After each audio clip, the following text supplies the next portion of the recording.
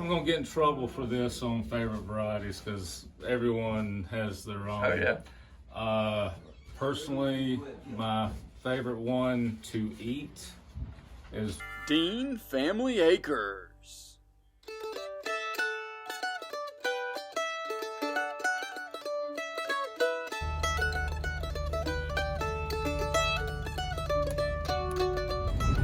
We appreciate you guys joining us as we take a trip to Isons Nursery down in Brooks, Georgia. This trip was almost 4 hours from us, and we were able to coordinate to be able to meet up with a good friend of ours, Ronnie from Early Bird Farms SC, or Southern Food Junkie. I encourage you to go check out his channel. As you can see it down below, we actually ended up meeting up at a Chick-fil-A and then joining together in the road trip the rest of the way. Hopefully you guys enjoy, as we enjoyed a great trip other than the weather, and some great times had, especially hearing from the family at Isons.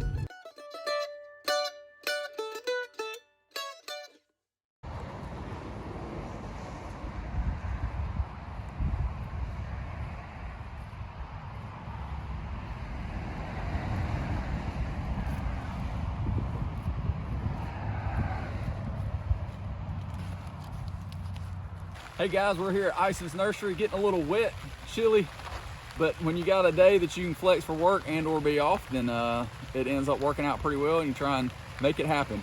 So we got a chance to talk with Greg. All right, Greg, appreciate taking the time for us to be more than enough time. And I just want to ask you, tell us just a brief little bit about Isons, and then also what's your favorite all-time muscadine variety and why? all right. Just a quick brief history. Grandfather planted his first vines in 1938. Our family was doing a lot of row cropping back then, but the vineyard, it was just a modest 1.5, 2, 3 acre vineyard, but that seemed to be a gathering place for the workers and for the family. So for us, muscadines has always been very communal, a place of gathering. And then probably the same ground, muscadine's been growing on the same ground since 1938, which is pretty cool.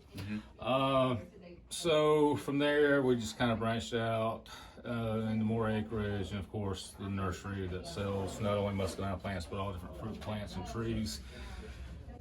I'm gonna get in trouble for this on favorite varieties because everyone has their own. Oh yeah.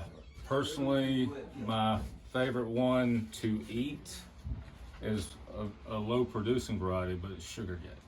You know, Strong flavor. It's just, to me, when you think about just sweet flavors, that really sweet flavor, sugar gate to me is the one I would lean toward. And then Darlene. So sugar gate, Darlene, from a taste perspective, those are my two favorite ones to eat, but both of them can have yield issues the further south you go. Same as north of Macon or north of Atlanta, as long as it's not a coastal area, sugar gate and Darlene do pretty good, but not certainly as heavy as some of the other ones. Got a little incognito video of him, kind of answering some questions, that kind of stuff.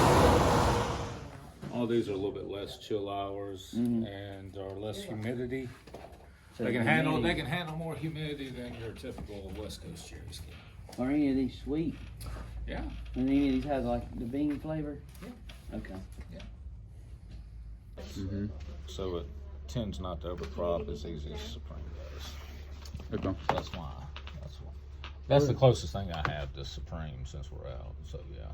Okay. But I would put it in.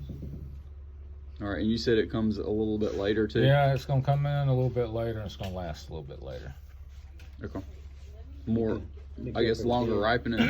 Well, no, Supreme's unique because it ripens early, mid, and late, whereas Sweet Mix would be, Sweet Mix is probably, we could start picking Supreme here August the 20th, and it would be one of the last varieties we were picking too, so it ripens really over a long window. Okay. Sweet Mix would be more September 10th probably, and carry you all the way through. Yeah. But As late as late fry? Yeah, later. Later than late fry. Okay, that'd be good. Because Well, late fry right we've now is the been latest I've doing got. with our Sweet Mix because we're picking so much Supreme constantly. We're just letting it hang. And then when I need a lot of fruit at the beginning of the season, then we come in and pick the Sweet Mix rows, and then we can cluster pick them, and it looks just like Supreme. Okay. All All right, so I got those 5. So I have a spring satin in the ground now, Sugar cake. and then where's So you the can pollinate with the plums. So if you got plenty of plums, right? they don't break buds super early here, so they're not like a.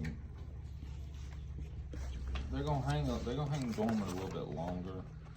I think my concern is just pests. Yeah. I mean, you know how plums can be anyway, so it's Sure. kind of Sure. I mean, I don't think. I think they're going. I think they're going to be bothered as much as a plum tree. I don't think they're going to be bothered any more than a plum tree. right. You know, the thing about the apricots is one of the first things to try is to break bud and open up. So, you know, it doesn't have a apricot lineage to it. I mean, this is the guy that developed all these. I mean, it's sort of like combination cherry trees. You know, Right. I mean, I think Good and bad depending on where you are and or what you're willing to deal with. they're a homeowner specialty plant. Right. That's what they are. Something that's a little bit different. Right. Because even watching videos and stuff, it's all can't find these in the store, etc. Because I mean, like you said, it's just the backyard. Right. Right. So, I mean, we sell a lot of them. Really? I don't know if that's an indicator or not, but I think we sell a lot of them because it's different. So, I mean, I think it'd be worth a shot. But I would tell you the plum is probably going to be I'm never eaten them, but I'm sure the plum is the dominant. Right. Some of the reviews I've kind of looked at, it seems like the cherry is the texture part on some of them. You know, it's just kind of it's just something different. You know. All right, guys. So we picked up a couple different muscadine vines. Greg recommended Sweet Mix. It was one that we weren't necessarily considering, but he ended up recommending that. So we picked up that and a Pam for us, and then a couple vines for a good friend of ours. So looking forward to being able to get those in the ground, and also a couple different trees we picked out. So we'll talk about that later. Right now we're getting soaked. Thanks for watching. I'm Darlene Ison Evans, and my favorite variety, of course, is the Darlene, which is right here.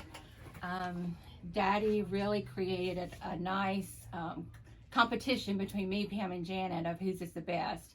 Janet was his favorite daughter, I think, but I have the best tasting muscadine, and I'm very proud of it.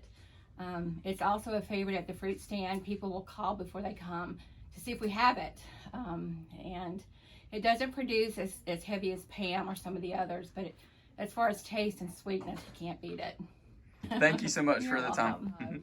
What is my favorite muscadine? Now, I'll have to be honest. I think Darlene and Pam are probably my 2 favorites. They are named after my sisters, and I don't understand how my grape's not better than theirs, but that's kind of the way it is. But Darlene and Pam definitely are phenomenal, and Supreme, you just can't beat Supreme. But we're proud that we've been able to continue the legacy that our dad built so hard to build, worked so hard to build, and we're just proud to still be here and hope to be here for many, many, many more years. Sounds great. Thanks, Janet. No problem. Jennifer. And you're the one that everybody calls and talks to on the phone. Yes. Okay, sounds great, yo. So which one's your favorite? Big Red and Polk. Big Red and Polk. Polk. Polk. Well, thank you, Jennifer. I appreciate it. Thank you. Now, from a commercial growing standpoint, you know, our 2 biggest fresh market cultivars here in our vineyard is Supreme and Pam. You know, we get lots of yield off Pam. It's easy to pick, and Supreme's the same way. We are gravitating a little bit more acreage toward Hall, and certainly with Polk, Hall gives us that little bit earlier jump. So it lets us start picking a little bit sooner. And Polk, it's a really easy variety to pick. We get a lot less tears with the longer stems and things like that. We get a lot less tears than we do with Supreme.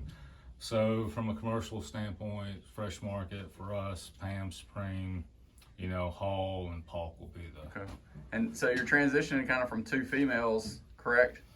Well, Pam we're and Supreme not to- going to get away from Pam because Right. Hall doesn't last long enough. The for us. timing. But the thing you got to think about on though, if you're growing fruit commercially, if you're in the 20-pound box or the peach basket, you got to have the size. So Hall's not going to give you the size that Pam does. So if you're clamshelling, Hall's fine. But if you're trying to go in a peach basket or 20-pound box, I would still gravitate toward Pam for that purpose. Kind of on the back end of the season, I've always been a little bit more partial to Granny Val than late fry. I think late fry does better than the clamshells. I like late fry because it's a firm berry and it has good color, but because of the nature of produce buyers wanting fruit that appears a little bit more on the green side, Granny Val kind of does that better than late fry. But Granny Val, you know, you gotta spend time with it. It overcrops. You know, you really gotta space those spurs further apart. You gotta thin fruit sometimes. But both of them are really good varieties. It just depends on if you want low maintenance, high maintenance. Do you want a golden bronze fruit that's sweeter, like late fry, or do you want something that appears to give you longer shelf life with a green color like Granny Val? Well, thanks, Greg. I appreciate the quick synopsis. Yeah, man. All right, guys, so there you have it. We got a chance to talk with Janet and Pam and Greg, of all people. That doesn't always happen. So thankful that they were able to take the time on this cold, rainy day here at Isons Nursery in Brooks, Georgia. So thanks for watching, guys. We'll hopefully add a few more clips in here in regards to recapping this trip.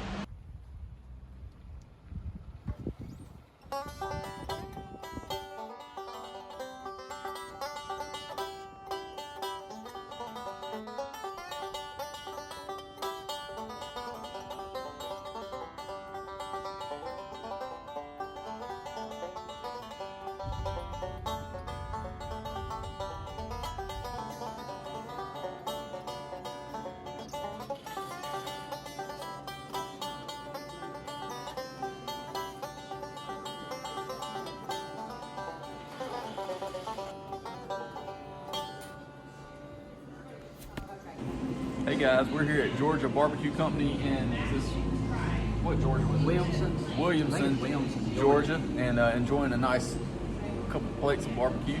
Here with the man, the myth, the legend, Ronnie, from multiple different levels, but we're gonna go with Southern Food Junkie today. So hopefully we get to enjoy our meal.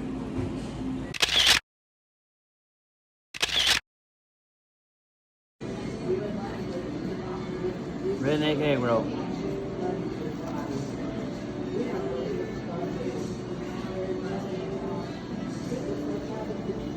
Pretty good. I really like that sauce too. I like the texture, the crunch, and the slaw. Yep, pretty good.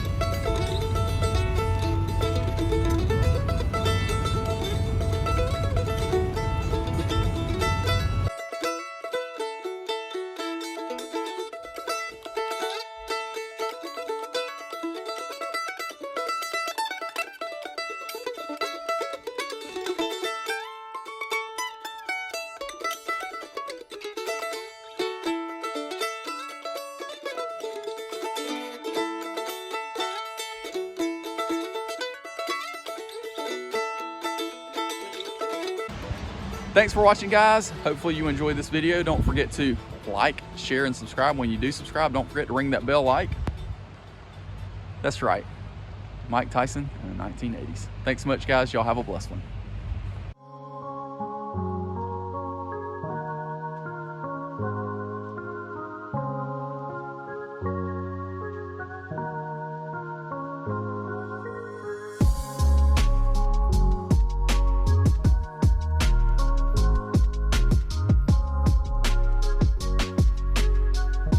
Here's a quick preview of a little bit of what we got from Isons. We'll highlight the whole order next week and also might even make it into getting to plant some.